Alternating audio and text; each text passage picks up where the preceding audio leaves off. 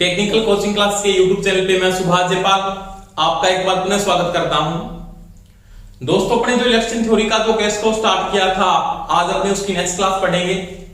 Topic चल रहा था पॉलीफेज, इसके बारे में बात कर रहे थे। बहुकला प्रणाली, इसमें अपने स्टार और डेल्टा दोनों के बारे में पढ़ लिया था, यानी स्टार और डेल्टा के बारे में पढ़ लिया था। आज अपने इसकी जो टॉपिक पढ़ने जा रहे हैं तो पॉलीफेज में पढ़ेंगे टॉपिक पावर, बहुकला कला प्रणाली में शक्तियां। पावर के बारे में दोस्तों क्या करेंगे, बात करेंगे। और मैंने आपको बता दिया दोस्तों एक बात, डेट आपकी 20/6/2021 को आपका नेक्स्ट टेस्ट होगा। टाइमिंग वही होगी 12 से 12 PM टू 2 PM। जो बच्चे इस टाइम के बीच में टेस्ट को अटेंड करेंगे उनकी मैं मेरिट लिस्ट बनाकर आपके कम्युनिटी में डाल दूंगा।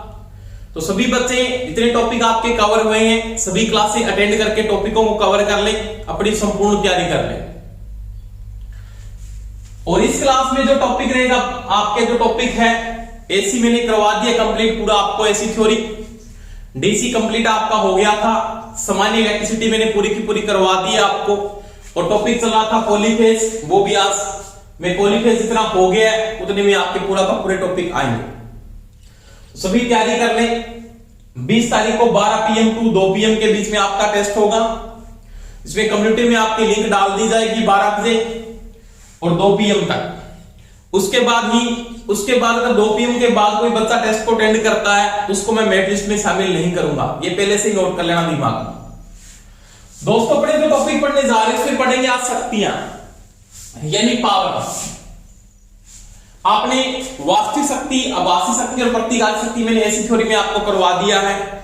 अब पॉलीफेज में जो शक्तियां हैं वो 3 प्रकार से अपने यूज करते हैं। बहुकला प्रणाली में 3 प्रकार से अपने पावर को यूज करेंगे। पहले आएंगे कौन सी पावर बोलते हैं, आभासी शक्ति।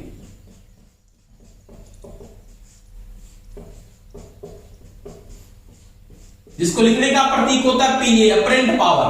क्या बोलते हैं दोस्तों, अपरेंट पावर।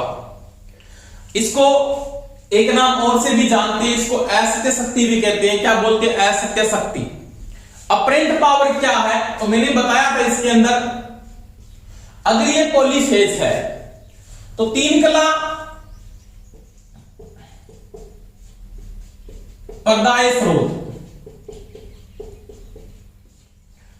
आपके पास 3 कला का कोई भी एक पर्दाय का स्रोत, जैसे अल्टरनेटर हो सकता है, 3 फेज का ट्रांसफार्मर हो सकता है, उसके द्वारा दी गई आउटपुट शक्ति पर्दाय स्रोत के द्वारा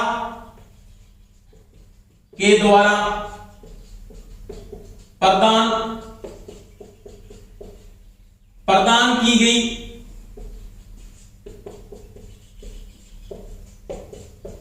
निर्गत शक्ति क्या कहलाती है दोस्तों, अपरेंट पावर, या क्या कहलाती है, आभासी शक्ति कहलाती है। यानी पर्दाय स्रोत में आपके पास आएगा, जैसे प्रत्यावर्तक हो गया, पर्दाय का मतलब प्रदान करना। 3 फेज के अल्टरनेटर में आपने वाइंडिंग डाल रखी है, चाहे स्टार डाल रखी है, चाहे डेल्टा डाल रखी है। अधिकतर जहां पे पावर जनरेशन होता है, पावर जनरेशन जहां पे होता है वहां पे लगभग जो वाइंडिंग होती है अल्टरनेटर की वो किस में होती है, डेल्टा में होती है। किस में होती है दोस्तों, डेल्टा। और जहां पे लाइट और फैन लोड उसके साथ साथ पावर लोड चलाया जाता है, वहां पे अपने वाइंडिंग कौन सी डाल के चलते हैं, तो वहां पे वाइंडिंग डालते स्टार की। पर तो ज्यादा जो वाइंडिंग डाली जाती है वो कौन सी डालते हैं, डेल्टा ही डालते हैं, जहां पे पावर जनरेशन होता है। तो ये 3 कला पर्दाय स्रोत है, उसके द्वारा दी गई आउटपुट शक्ति या निर्गत शक्ति क्या कहलाती है, आभासी शक्ति कहलाती है।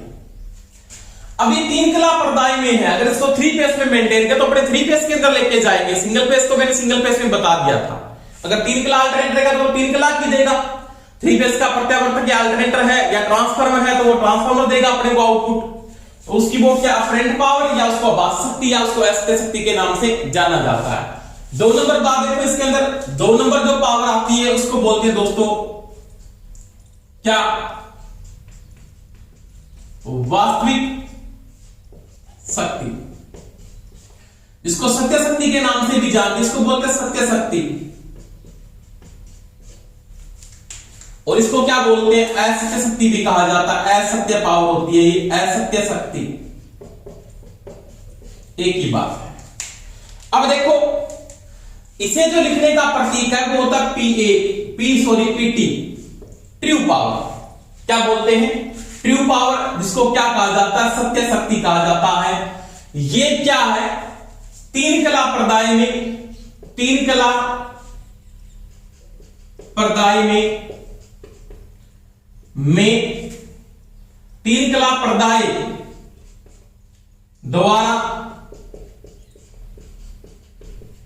प्रदान शक्ति जो प्रतिरोध के द्वारा खपत की जाती है, प्रतिरोध के द्वारा खपत की जाती है।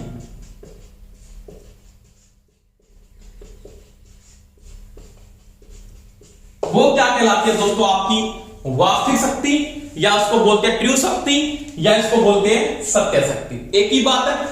यानी तीन कला प्रदाय में, थ्री फेस में प्रदाय में स्टार में रेजिस्टेंस लगे हुए हैं। आपका लोड है वो रेजिस्टिव लोड है थ्री फेस के अंदर, उस थ्री फेस लोड के द्वारा जो शक्ति खपत की जाती है रेजिस्टिव लोड के द्वारा, ओनली पर किस लोड के द्वारा, रेजिस्टिव लोड के द्वारा जो शक्ति खपत की जाती है वो आपकी कौन सी कहलाती है दोस्तों, वास्तविक शक्ति कहलाती है।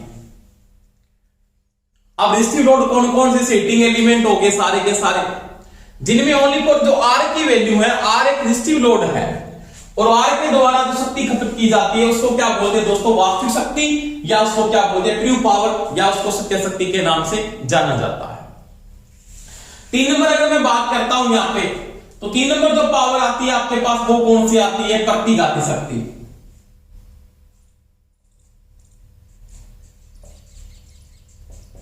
प्रतिघाती शक्ति, इसको लिखने का प्रतीक होता है पीआर, रिएक्टिव पावर बोलते हैं इसमें, क्या बोलते हैं, रिएक्टिव पावर, पीआर। अब रिएक्टिव पावर कौन खाता है, रिएक्टिव लोड ही खाते हैं। तीन कला प्रदाय के द्वारा प्रदान शक्ति को प्रेरकत्व व संधारित्र यानी कैपेसिटर के द्वारा खपत शक्ति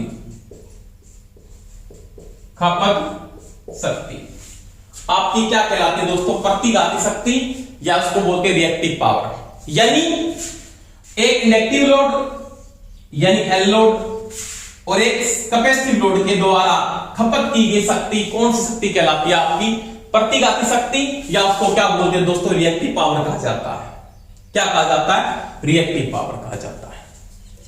तो ये दोस्तों तीन कला प्रदाय के अंदर अपन इसको यूज करते हैं। तीनों का संबंध क्या है और तीनों के साथ पावर फैक्टर की वैल्यू कैसे निकालते हैं उसके बारे में अपने पढ़ेंगे। वो देखो, सबसे पहले मैं अगर बात करता हूं कि तीन कला प्रदाय में अगर अपने को तीनों शक्तियों को निकालना है तो तीनों की मैं यहां पे बात करूंगा अलग अलग। वो देखो आराम से, सबसे पहले अपने जो बात करेंगे वो किसकी बात करेंगे, आभासी शक्ति किसके बराबर होती है। पहली बात तो ये तीन कला प्रदाय यानी पीए बराबर, तो पीए बराबर यहां पे क्या है, थ्री फेज में क्या आपने निकाला था पावर के अंदर, तो यहां पे क्या होगा √3 BL IL होता है। यदि तीन कला प्रदाय में अपरेंट पावर किसके बराबर है तो वो इसके क्या होते हैं दोस्तों, बराबर होती है 3√3 BL इंटू में IL होता है। ये मैंने आपको लाइन वोल्टेज और फेज वोल्टेज पहले करवा दिया, स्टार और डेल्टा दोनों के अंदर। ये स्टार और डेल्टा दोनों में लागू होता है। दूसरी बात करूं तो पीए बराबर मैं यहां पे ये भी लिख सकता हूं क्या,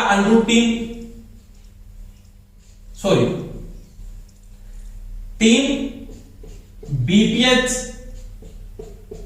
IPH, तो ये भी आपकी कौन सी होगी दोस्तों, अपरेंट पावर होगी। कौन सी होगी, अपरेंट पावर।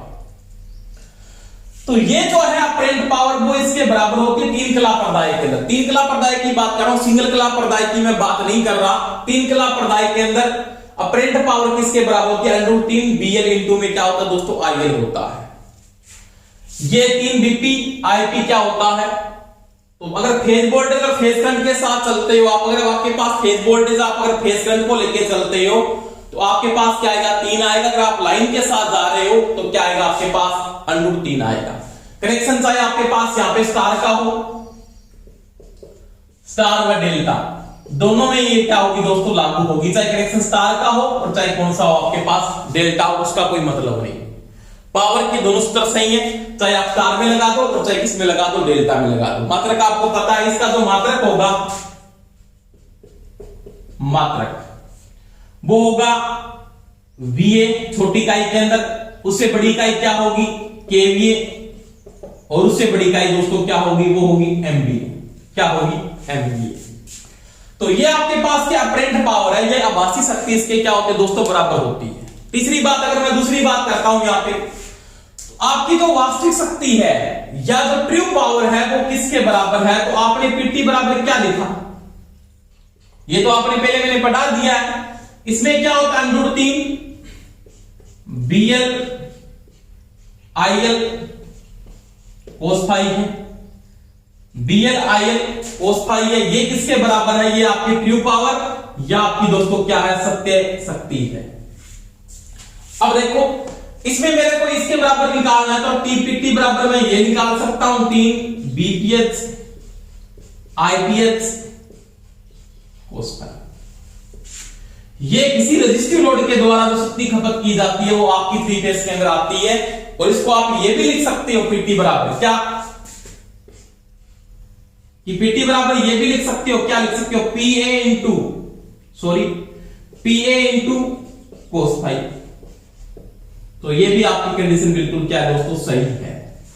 अब देखो, ये आपकी वास्तविक शक्ति इसके क्या है? बराबर है। वास्तविक शक्ति बराबर होता है, इसका जो मात्रक होता है वो होता है वाट छोटी इकाई के अंदर, उससे बड़ी इकाई किलोवाट, उससे बड़ी इकाई मेगावाट क्या होती है?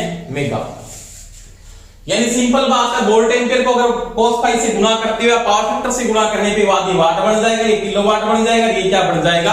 मेगावाट बन जाता है। तो ये इसकी वास्तविक शक्ति के क्या होता है दोस्तों? बराबर होता है। ये 3 फेज में चल रहा है, सिंगल फेज से मैंने आपको शक्तियां करवा दी, तीनों प्रकार इसके करवा दिए। उसके बाद देखो रिएक्टिव पावर, 3 फेज के अंदर इंडक्टिव लोड और कैपेसिटिव लोड भी हो सकते हैं। सिंगल फेज में तो उसी प्रकार से 3 फेज के अंदर भी ये हो सकते हैं। एक इंडक्टिव लोड है मान लिया 3 फेज का, इंडक्टिव लोड का मतलब 3 फेज की इंडक्शन मोटर का इंडक्टिव लोड आपके पास, और उस इंडक्टिव लोड के द्वारा 3 फेज की जब पावर निकालो, इंडक्टिव पावर क्या है तो वो आपको निकालनी पड़ेगी। तो मेरे पास नॉर्मल बात है, इंडक्टिव लोड में आप लिखोगे PR, तो PR बराबर क्या है? आपके पास वही कंडीशन है, PR बराबर √3 BL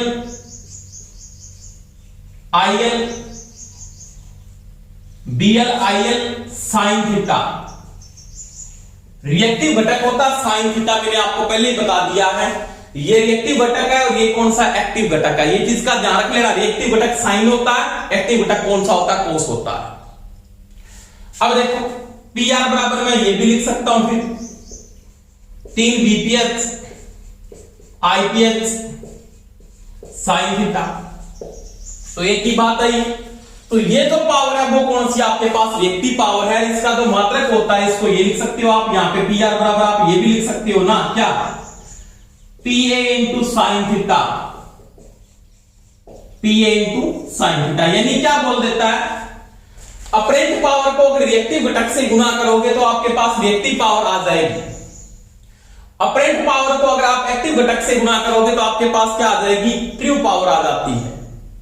तो ये दोस्तों एक्स का एक्टिव घटक, इसको बोलते हैं एक्टिव कंपोनेंट। एक्टिव घटक है ये। एक्टिव का मतलब ये इसका कोस एक्टिव घटक है, ये पावर को खपत करेगा। और इसको क्या बोलते हैं? रिएक्टिव घटक बोलते हैं। क्या बोलते हैं? रिएक्टिव घटक, रिएक्टिव साइन। ये चीज का आपको थोड़ा ध्यान रखना है। अब इसका जो मात्रक होगा वो क्या होगा? BAR वार या KVAR उससे बड़ी इकाई क्या हो सकती है दोस्तों, MVAR भी हो सकता है। तो ये दोस्तों तीनों शक्तियां हैं। आपको पूछ सकता है 3 कला प्रदायक के अंदर अपरेंट पावर किसके बराबर है, ट्रू पावर किसके बराबर है और रिएक्टिव पावर किसके बराबर होती है। तो ये मैंने 3 फेज के अंदर बात की तीनों, किसके अंदर बात की, 3 फेज के अंदर बात की। तो ये पॉलीफेज में वो पूछ सकता है कि ये पावर किसके बराबर है, तो आपको बताना पड़ेगा ये पावर इसके बराबर है। समझ में आ रही है मेरी बात। अब देखो इन तीनों का आपसी संबंध क्या है, इन तीनों के मैं अगर संबंध की बात करता हूं, तीनों का आपसी संबंध क्या है उसके बारे में मैं क्या करूंगा दोस्तों, बात करता हूं। यानी तीनों का आपसी संबंध क्या है उसके बारे में बात करते हो। देखो आराम से,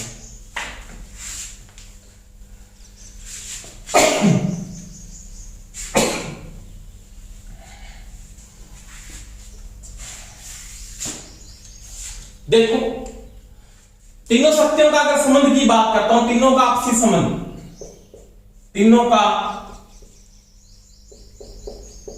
आपसी संबंध, इसकी बात करते हैं। तो तीनों को त्रिकोण में अगर मैं लेके चलता हूं, त्रिकोण के अंदर तीनों का अगर यूज किया जाता है तो इस प्रकार से त्रिकोण बनाया जाता है तीनों का। आधार पे में से कौन सा घटक आता है सभी को पता दोस्तों, एक्टिव घटक आता है। यहां पे एक्टिव लिया जाता है। तो ये जो है ना, ये घटक यहां पे जो लिया जाता है इस घटक को, ये तो आपका PA अपरेंट पावर ली जाती है कर्ण के ऊपर, ये आपकी ट्रू पावर PT और ये आपके पास PR यानी रिएक्टिव पावर है। क्या है, रिएक्टिव PR, और ये इसका थीटा है जो कोस फाई को लेके चलेंगे फिर थीटा आएगा। अब देखो 3 चीजें आती है आपको जो क्यू फैक्टर बोल के चलते हैं। क्यू फैक्टर में 10 फाई आता है। अगर आपको यहां पे कोस के बारे में पूछ सकता है 3 कला प्रदाय के अंदर, 3 कला प्रदाय में शक्ति के द्वारा, ये 3 कला प्रदाय की बात कर रहा हूं 3 फेज के अंदर। पहली बात कोस, किसकी बात करेंगे, कोस। कोस के आपका पावर फैक्टर आपने पढ़ा है त्रिकोणमिति में, लाल बटा कक्का होता है, लाल बटा कक्का। ये दोस्तों बीच वाली जो कंडीशन है इसको बोलते हैं कोस। ये है साइन और ये है टेन। टेन को क्यू फैक्टर के नाम से भी जानते हैं। कोस किसके बराबर होगा, तो सभी को पता है कोस बराबर होता है आधार बटा कर्ण। क्या होता है दोस्तों, आधार बटा कर्ण। आराम से समझना, कोई समस्या नहीं। आधार क्या है, आधार पे आपके पास कोस बराबर आप लिख सकते हो, आधार में कोस के बराबर होगा। आधार पे लिखा गया है क्या, PT। क्या लिखा गया है, PT। कर्ण पे क्या है, PA। इन दोनों का जो अनुपात है वो आपका दोस्तों क्या, पावर फैक्टर या क्या है, शक्ति गुणक। क्या है, शक्ति गुणक। इसको मैं ऐसे भी लिख सकता हूं, बाइनरी ऑप्शन में आपको कंफ्यूज कर लेता थोड़ा सा, तो वो ऐसे भी लिख सकता है। यहां पे आएगा √3 BL IL cos फाई। तो यहां पे क्या आएगा, तो यहां पे आएगा √3 BL IL। ये क्रॉस होगा तो वैल्यू किसकी बचेगी, कोस की वैल्यू बचेगी ओनली 4। तो कोस की वैल्यू आ जाएगी। यहां से आप कोस के बराबर ये भी लिख सकते हो, 3 कला प्रदाय वो ये कंडीशन दे सकता। समझ में आई मेरी दोस्तों बात। अब यहां पे अगर फेज वोल्टेज तो यहां पे भी क्या है, फेज लेके चलता है। तो ये कंडीशन ये कोस के बराबर है, तो इक्वलमेंट में कोस की वैल्यू आएगी, क्योंकि √3 से √3 कैंसिल होगा, BL से BL कैंसिल होगा, IL से IL, तो बचा क्या, कोस, तो कोस का मान आपको मिल जाता है। तो ये आपके पास क्या है, इसका पावर फैक्टर है PT। PT equal to PR। इन दोनों का जो अनुपात है वो क्या कहलाता है, कोस थीटा कहलाता है। जो क्या पावर फैक्टर होता है इसको बोलते हैं शक्ति गुणक। अब ये इंडक्टिव लोड है तो लैगिंग आएगा, कैपेसिटिव लोड है तो लीडिंग आएगा, और रेजिस्टिव लोड है तो सभी को पता है क्या आता है दोस्तों, यूनिटी आता है। अब देखो 2 नंबर में बात करूं रिएक्टिव घटक की, साइन थीटा। साइन आपको निकालना, साइन किसके बराबर है, तो साइन में क्या पढ़ोगे, लंब बटा कर्ण। साइन किसके बराबर होता है, लंब बटा कर्ण होता है। तो साइन में आप ये लिख सकते हो साइन थीटा बराबर लंब पे क्या है, तो लंब पे क्या है, लंब आपका पी आर है, रिएक्टिव आएगा ऊपर, और आधार पे आपके कर्ण पे क्या है पी ए, इन दोनों का जो अनुपात है वो क्या कहलाएगा, आपका साइन कहलाएगा, और ये क्या आपका एक दोस्तों रिएक्टिव घटक है। तो साइन की वैल्यू इसके क्या होती है दोस्तों, बराबर होती है। समझ में आ रही है मेरी बात?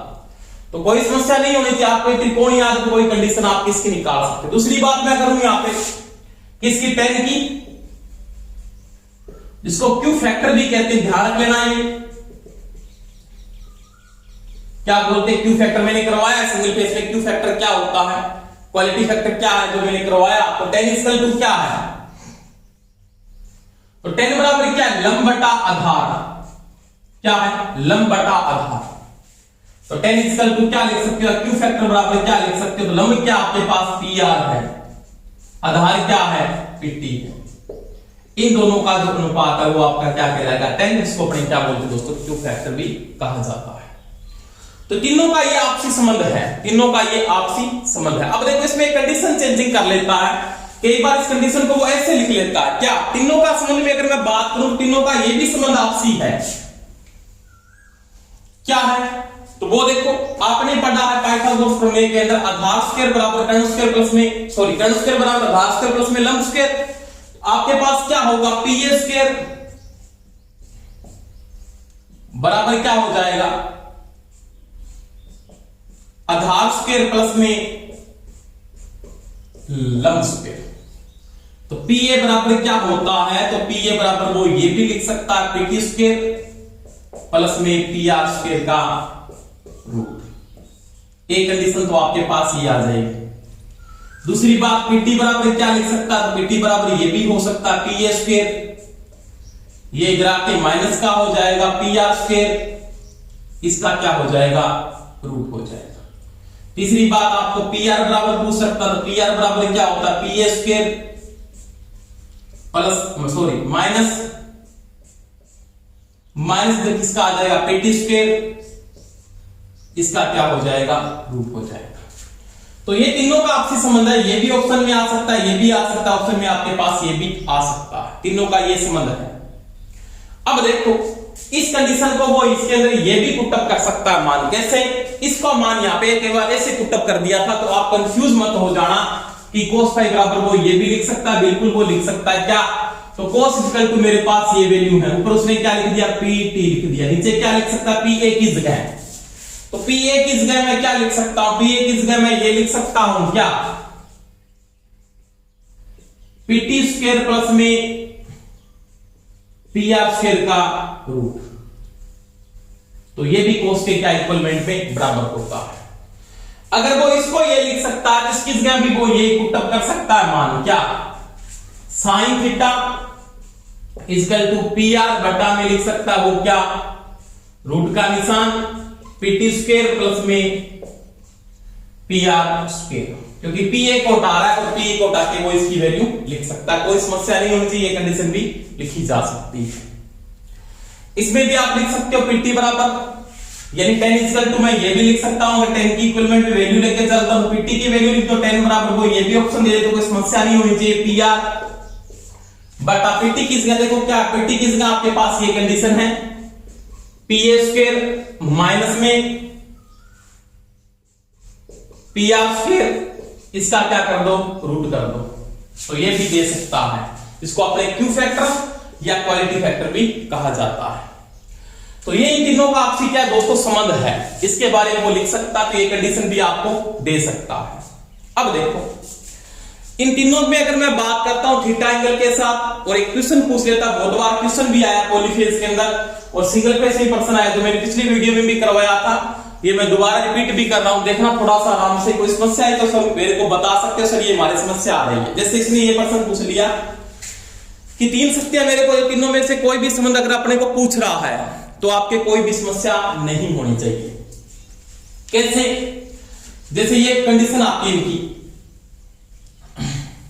चाहे वो पॉलीफेज के अंदर है और चाहे वो किस में है, थ्री फेज के अंदर है।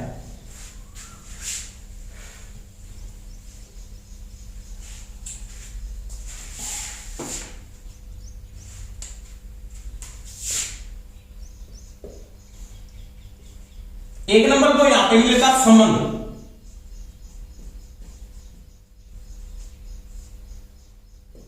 आपको एक संबंध मिलता है,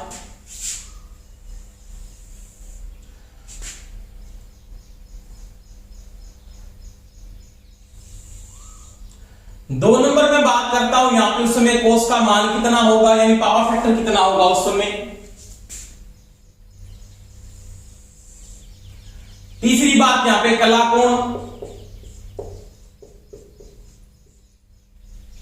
ये थीटा एंगल कितना होता उस समय, कला कोण कितना होगा वो पूछ सकता वो। ये तीन संबंध आपने मान लिया। और उस समय एक बात ये भी पूछ सकता है यहां पे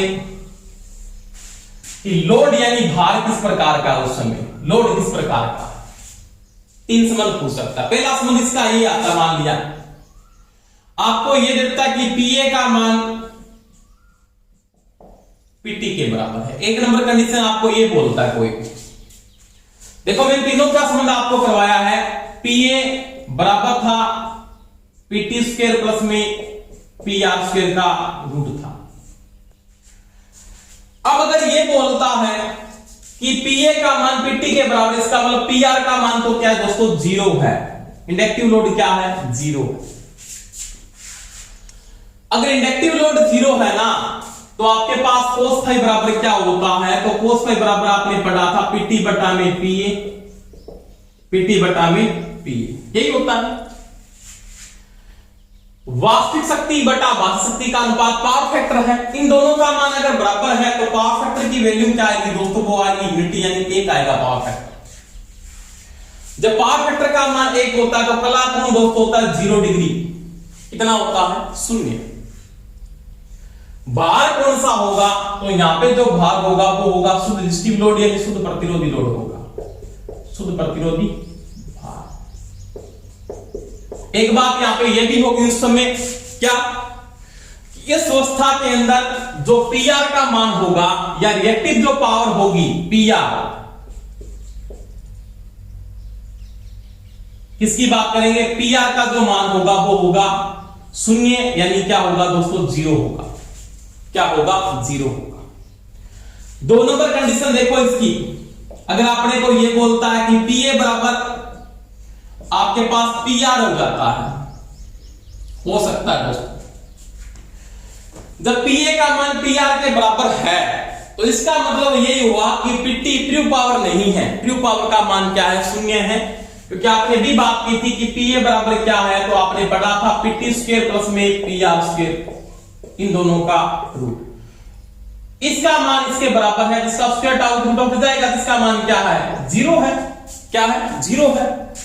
अब देखो इन दोनों का मान बराबर है, तो इसका मतलब ट्रू पावर आपके पास हो गई 0। और आपने पढ़ा था साइन थीटा, साइन में क्या पढ़ा था आपने पढ़ा था साइन बराबर होता है लंब बटा लाल बटा कक्का, लंब बटा कर्ण। तो लंब क्या था, तो लंब था आपके पास दोस्तों पी आर, कर्ण क्या था, पी ए। पी आर और पी ए का मान बराबर, इसका मतलब साइन का मान आता दोस्तों 1। कितना आता, साइन का मान 1 आता। जब साइन का मान 1 होता है, साइन का मान 1 कितने डिग्री पे होता है, 90 डिग्री पे। साइन 90 का मान 1 होता है, तो कोस का मान क्या होता है, 0 होता है। तो कोस की वैल्यू आएगी, कोस का जो पावर फैक्टर होगा वो होगा 0, और कला कोण होगा वो दोस्तों होगा 90 डिग्री। कौन सा होगा, 90 डिग्री। उस समय लोड कौन सा होगा, या तो होगा शुद्ध प्रेरकीय लोड, कौन सा लोड होगा, शुद्ध प्रेरकीय, या होगा शुद्ध संधारित्र भार।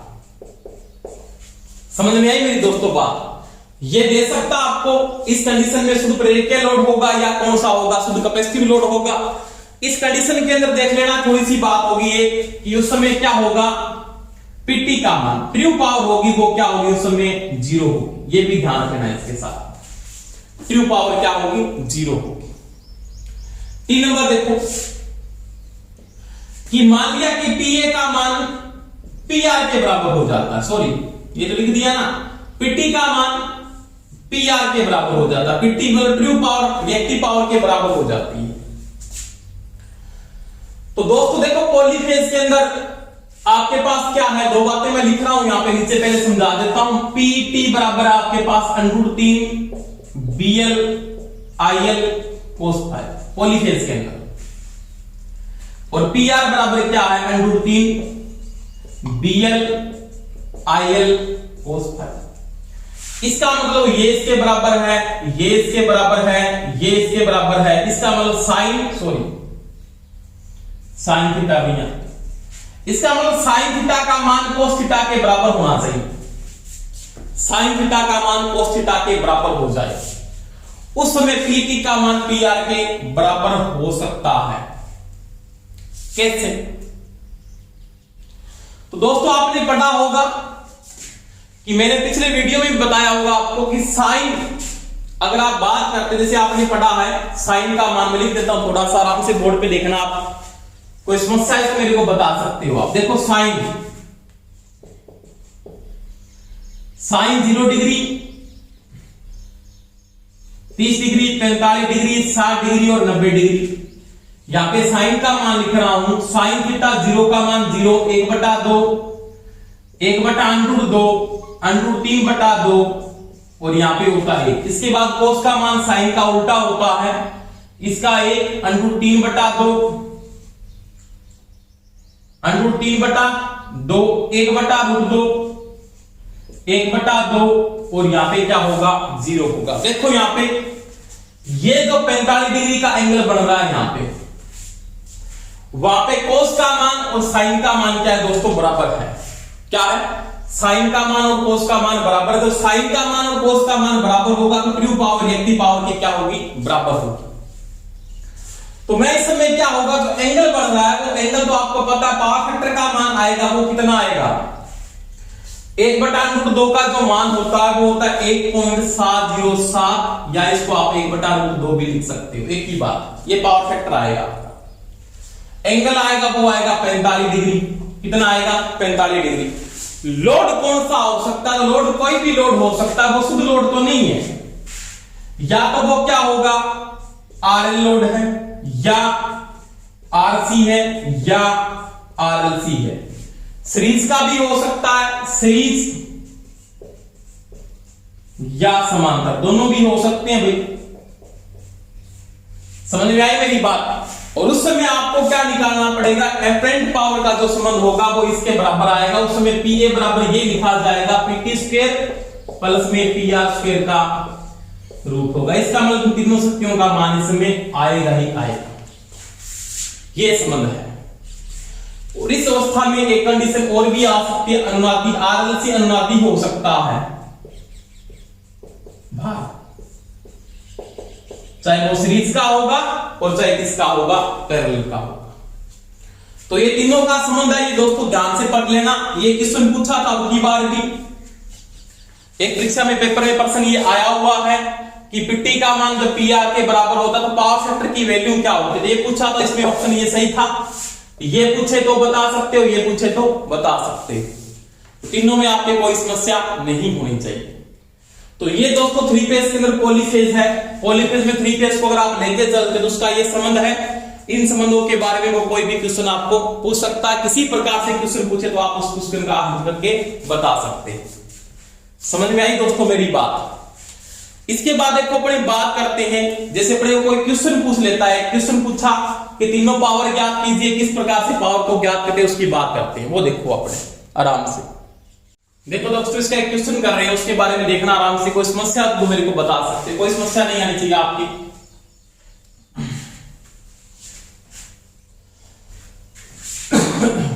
साथ साथ में टॉपिक वाइज सभी नोट्स बनाएं, नोट्स भी इक्विपमेंट भी बनाते जाएं साथ साथ में। कोई समस्या आ रही है तो मेरे को बताएं, सर ये हमारी समस्या आ रही है। एक क्वेश्चन है, मान लिया ये क्वेश्चन मेरे को दे दिया इसने,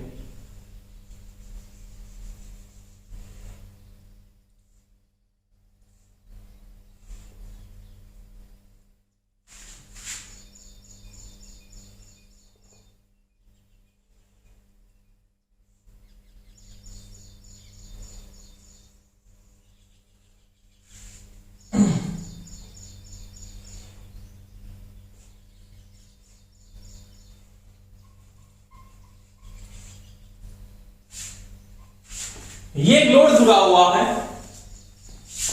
इसमें जो आर का मान दिया है वो दिया है 6 ओम, एक्सी का मान दिया है 8 ओम, यहां पे भी एक्सी का मान 8 ओम है, आर का मान 6 ओम है, आर का मान 6 ओम है, एक्सी का मान 8 ओम है। बैलेंस का लोड चलता है और यहां पे सप्लाई दे रखी है, इसने पॉलीफेज की 3 फेज का पर्दाई जोड़ रखा है यहां पे ऐसे।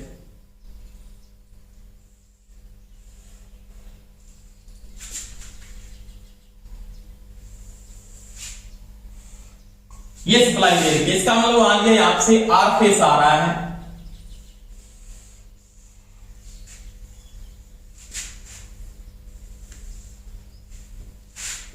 आर फेस वाई और बी।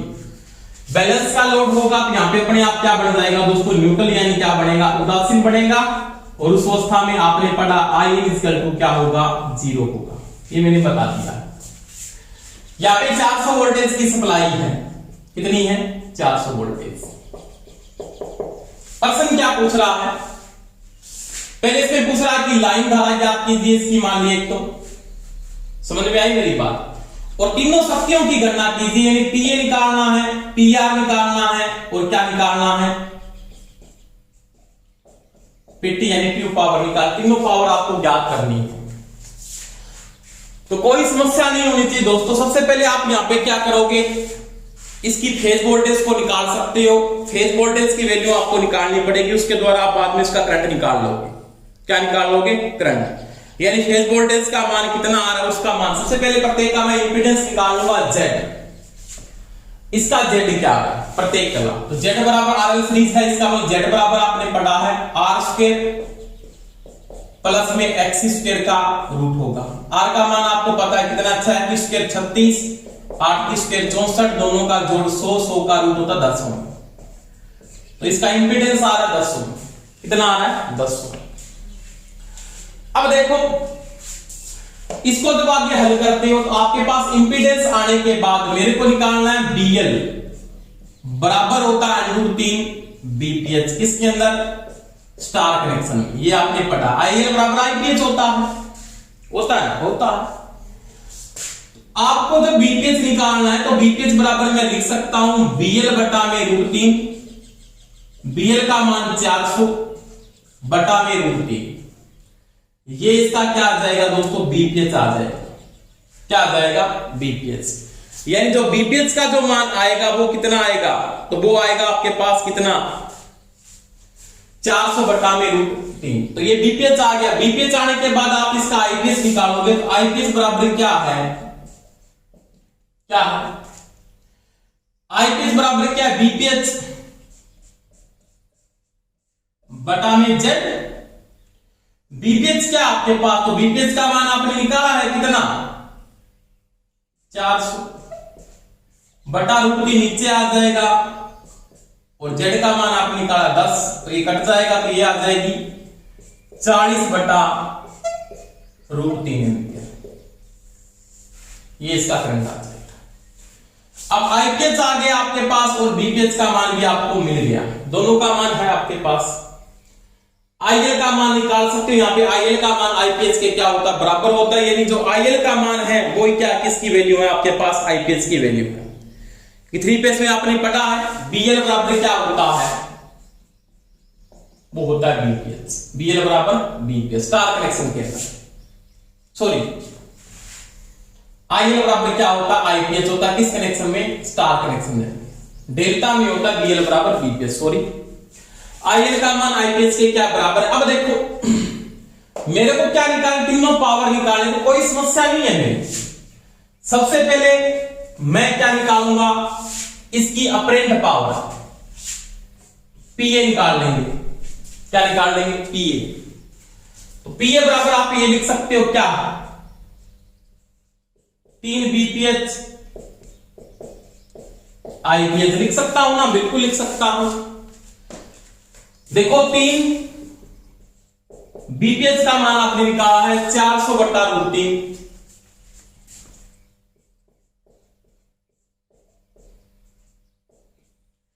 आईपीएच का मान आपने निकाला है 40/√3। √3 को √3 से गुणा करोगे 3 आएगा, 3 से 3 क्रॉस हो जाएगा, 4 चौका 16, 16,000 क्या आ जाएगी वोल्ट एम्पियर। क्या आ जाएगी वोल्ट एम्पियर। अगर केवीए में निकालोगे तो इसका मान आएगा 16 केवीए। क्या आ जाएगा 16 केवीए। समझ में आई मेरी बात? यानी जो अपरेंट पावर है वो कितनी आ जाएगी आपके पास 16 केवीए आ जाएगी। उसके बाद देखो,